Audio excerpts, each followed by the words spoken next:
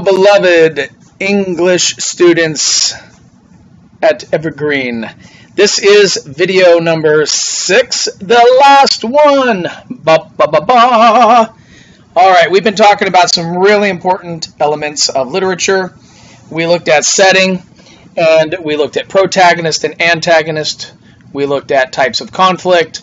We looked at character types dependent on their change based on the conflict. See, there's kind of an order of how we do things with the dynamic and static and agents. We looked at point of view. We looked at characterization, indirect and direct characterization. We've looked at imagery. We've looked at point of view. I think I said point of view. Tone and mood. And we get to the big picture here, which is plot. Now, a basic definition of plot is just what happens in the story. Okay? So what happens in the story in The Three Little Pigs? Well, the mom sends them out, they build their houses, the wolf shows up, okay? If I ask you about plot, if you're ever asked about the plot of something, it's not asking you what you think about it. It's not asking you for a thumbs up, thumbs down review. It's not asking you to analyze it. It's not asking about symbolism. Plot just means what happens in the story. Now, the structure of a plot, there is a basic structure to the plot, and this might be familiar to some of you. And there are stories, of course. There's always exceptions. There's always some things that break the rules a little bit. But this is a very basic, very common structure to plot, and it's going in order of how the story takes place. So we start off with what's called the exposition. Now, this is the beginning of the story. This is that part of the story where you maybe get some backstory, some information about the history of these characters or the history of this setting. It does establish the setting. It establishes the major characters. And this is the part that I like to call the rules of the game. Now, the reason I call that the rules of the game is because I like to think of these stories and plots as a game that the author, that the filmmaker, that the storyteller is inviting the audience to play. And it is a game that the author is designing. So if you're trying out a new game, you don't just jump into the game. You have to know the rules of the game. So imagine you go to the park and you meet some friends, or maybe there's some new kids there, and this one kid says, "Oh, I've got this cool game that I made up." And everybody says, "Okay, cool, tell us about it." And he tells you about the rules of the game. Okay, here are the boundaries, here's how you get points, here's what you're allowed to do, here's what you're not allowed to do. And everybody says, "Okay, cool." That's that part of the story. This is where we learn about major character traits, we learn about characters' abilities, we learn about what they can do in this setting. In Beauty and the Beast, the exposition tells us about how the beast got cursed. It tells us the nature of the curse. It establishes the rose. It establishes Belle. It establishes Gaston as being this arrogant guy. Belle as being this intelligent person who's compassionate. The dad as being this quirky inventor. So when we watch these stories or we read these stories, we're pretty much open to a lot of these rules of the game. So we even are okay with clocks and candlesticks that can get up and sing and dance. Why? Because we're told in the exposition, this is how the game works.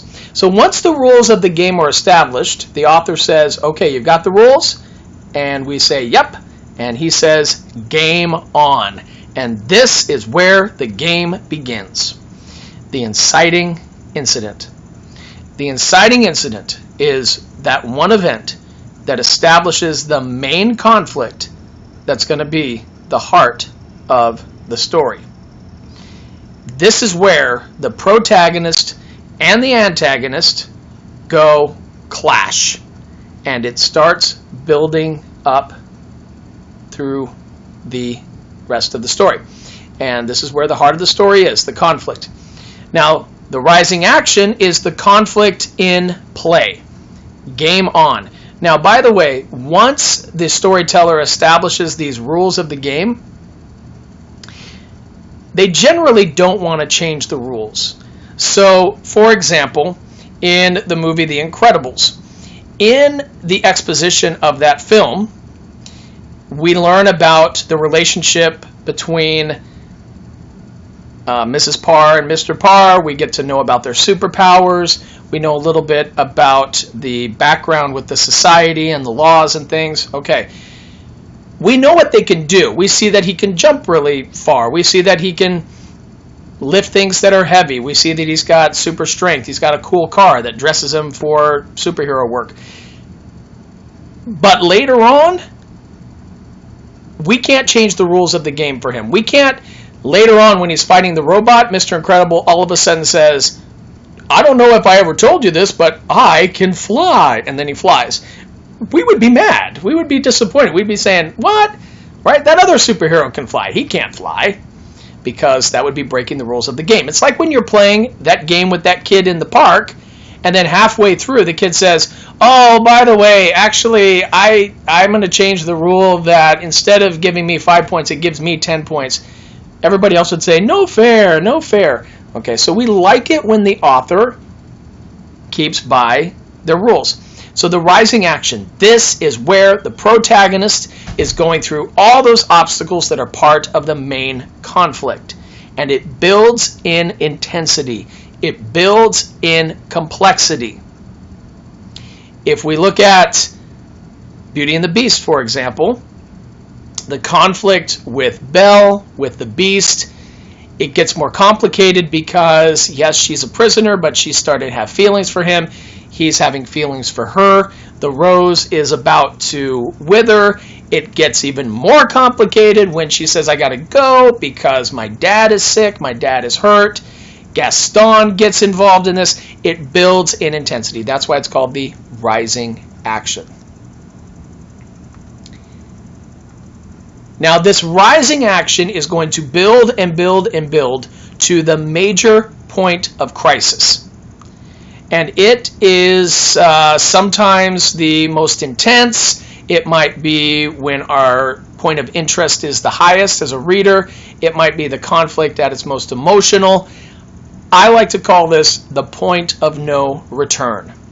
And this is where the protagonist makes a decision and acts on a decision that's going to ultimately resolve the conflict in some way.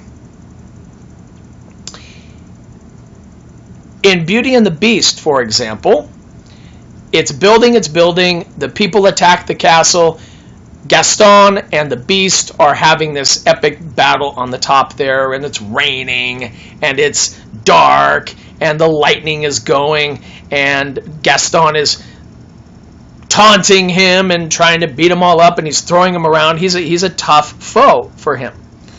And there is this decision that Belle makes to go up to try to save him, and it ultimately resolves the conflict. Belle says, I love you, and says it in time, and everything changes. It ultimately resolves the conflict, and in this way, for a very happy ending. But this is the climax. This is when the conflict is done. After the climax, the conflict is done. The major conflict is done. When the Death Star blows up, the conflict is done. But how do we know that?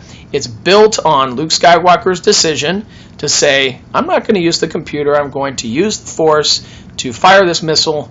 That's the climax. It is the point of no return. If your conflict is still going on after you identify the climax, then you pick the wrong climax. That is important to understand.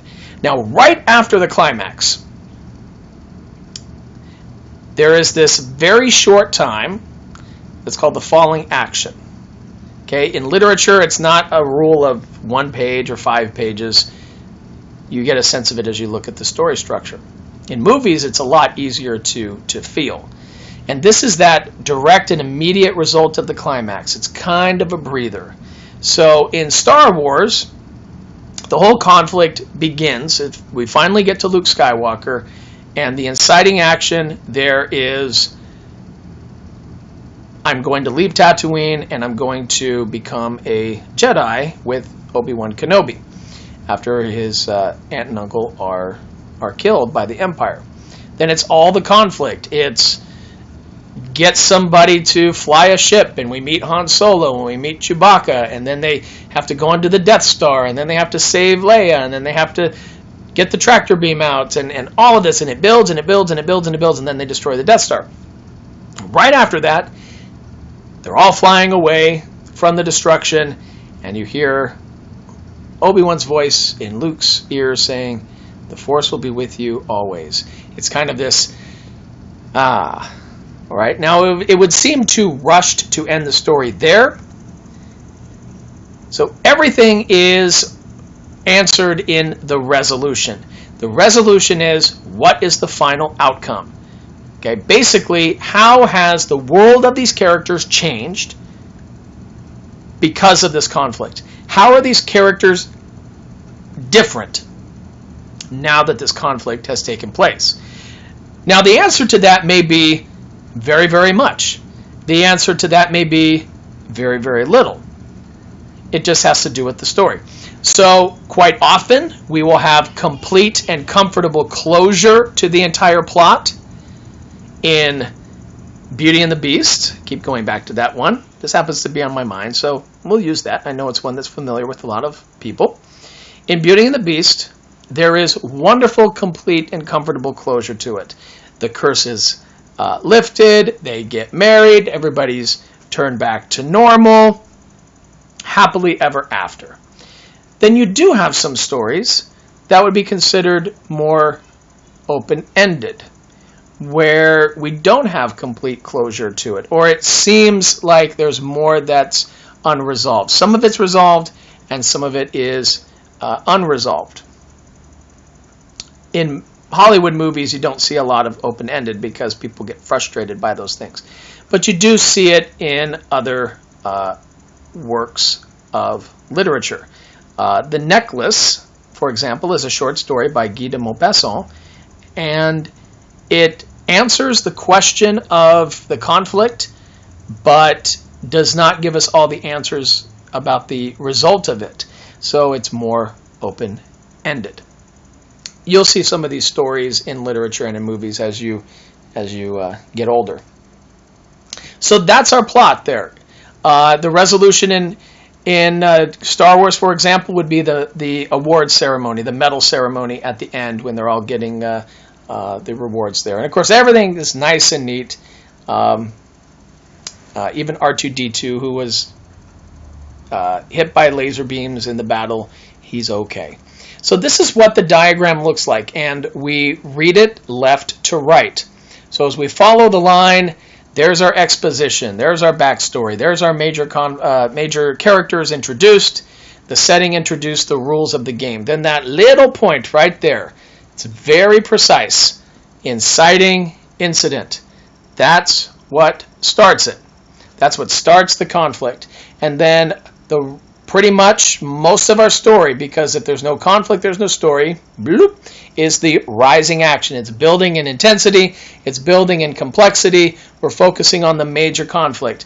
Now remember, we did see that there are stories that have more than one type of conflict. But there's usually one conflict that's driving it, and that has to do with the goal of the protagonist. It's all about, will the protagonist achieve that goal? That's the question that's driving these stories. And it builds to that climax, that point of no return. The protagonist is going to make and act on a decision that will resolve the conflict for good, and then immediately, very quickly, as you can see, bloop, bloop, bloop, bloop, bloop, bloop, bloop, bloop, bloop, bloop, bloop, bloop, bloop, bloop, the falling action, and then the resolution. And the relationship between the exposition and the resolution is very important. Okay? How has this world changed? How has these characters changed? Was there growth? Maybe it wasn't growth, maybe it was a return to stability. In Star Wars, it's all about the character change. There's this sense of hope. That's why they call it A New Hope. They've destroyed the Empire in a significant way, or had a major victory over them, and a return to a sense of hope as they're moving forward in their battle against the Empire.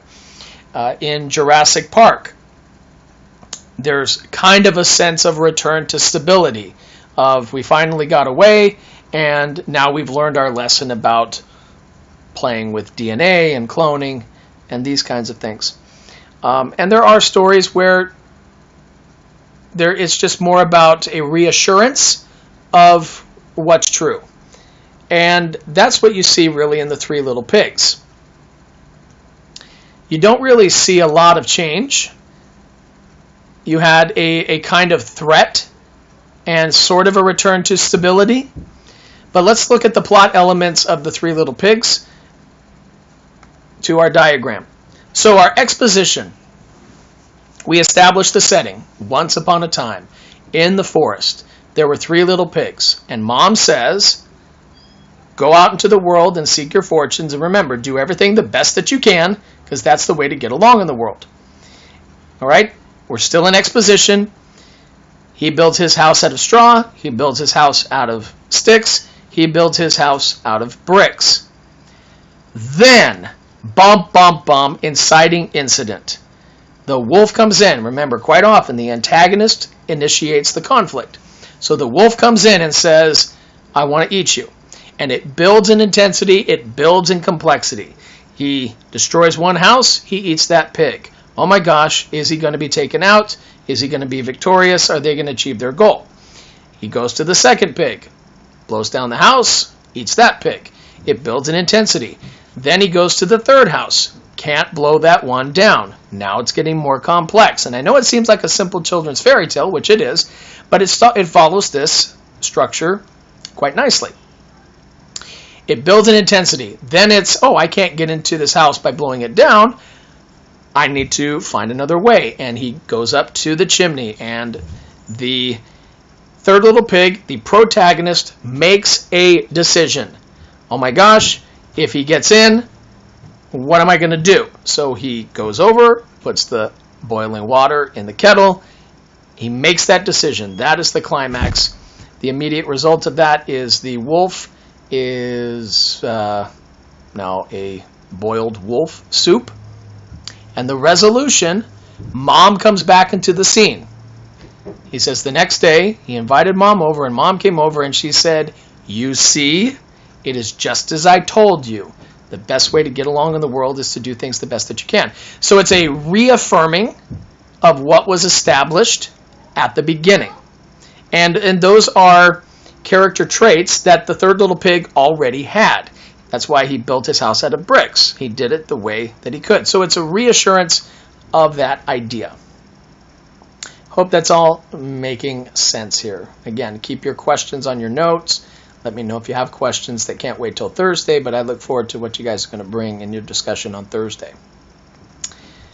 All right, the last term on there, and it is last for a reason, is theme.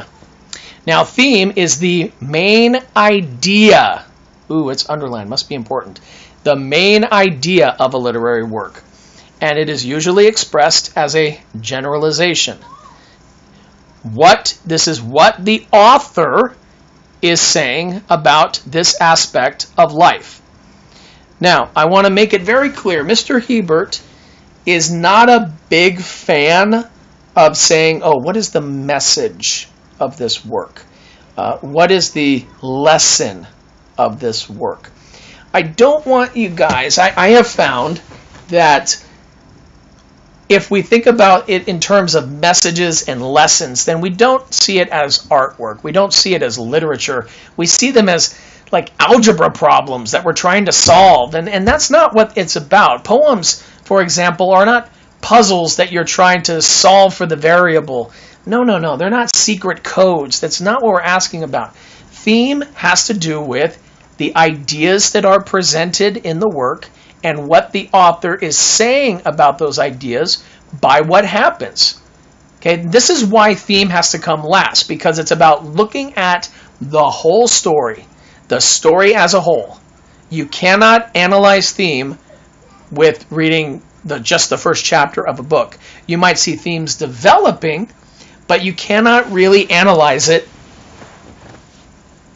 without looking at the entire story. So theme, we're always going to identify theme as a complete sentence. And in that sentence, we should be able to see two parts. The identification of a main idea and what the author is saying about that idea through the work.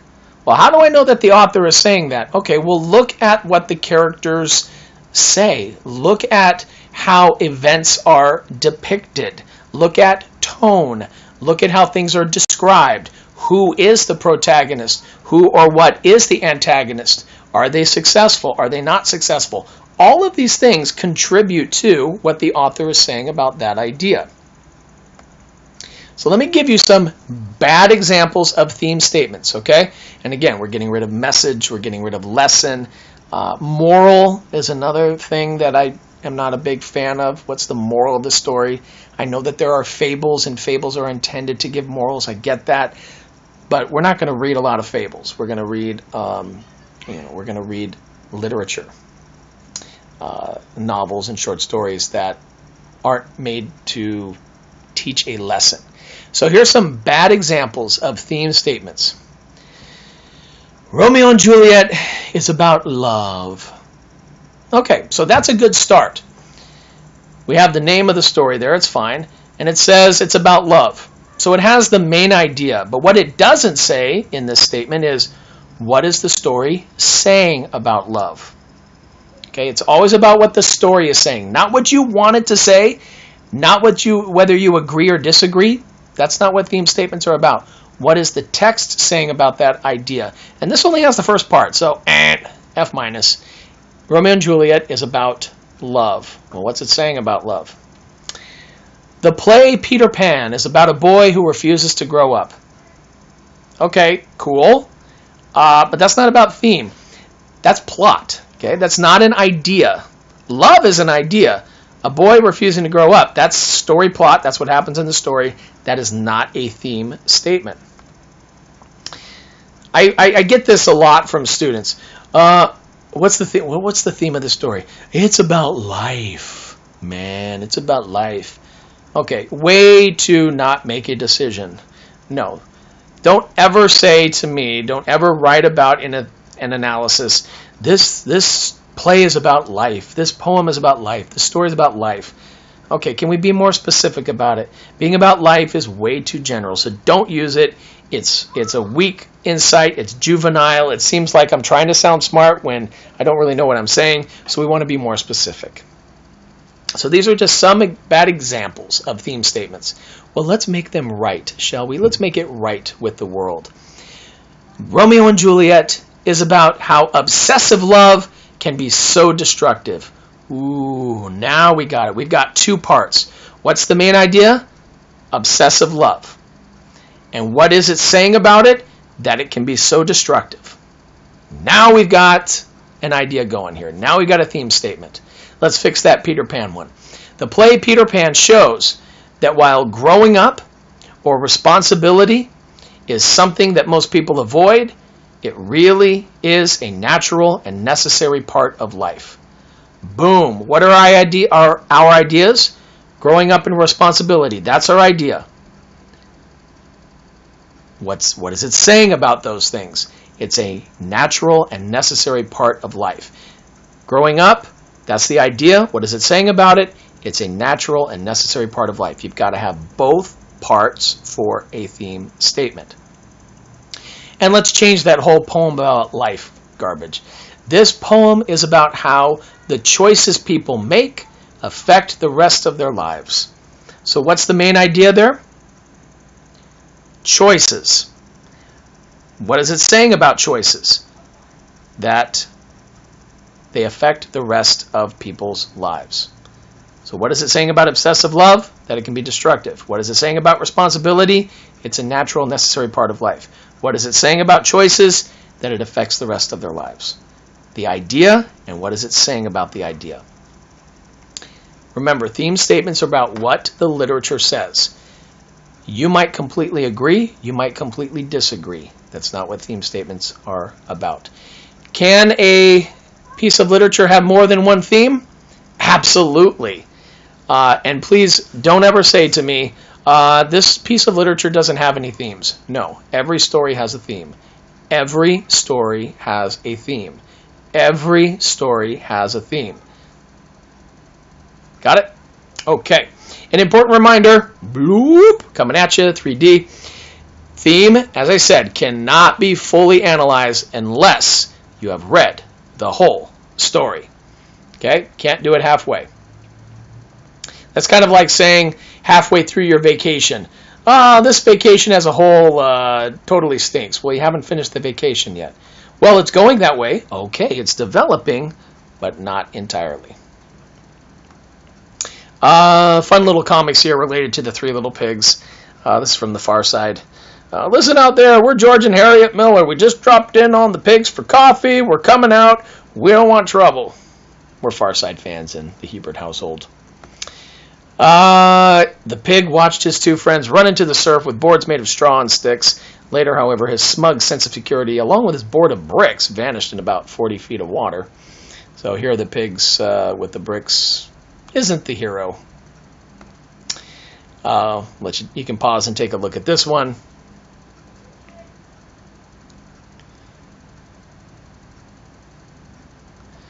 And you can pause and look at this one. And he puffed, but he couldn't blow down the house made of bricks. So the big bad wolf went down to the county recorder's office and discovered that the Three Little Pigs never applied for a building permit. Yeah, so instead of huffing and puffing, it's just going to sick, bureaucrats on them. That actually may be more destructive. And one fun one here with no caption. Again, the pig with the bricks isn't always going to have the best answers. All right. Well, this has been the last video. I look forward to the discussion. It's been a lot of information. I hope you've been keeping up with it and taking good notes. And I look forward to Thursday. So make sure you've got your notes. Hint, hint, wink, wink. And we'll have a great discussion. Have a great week.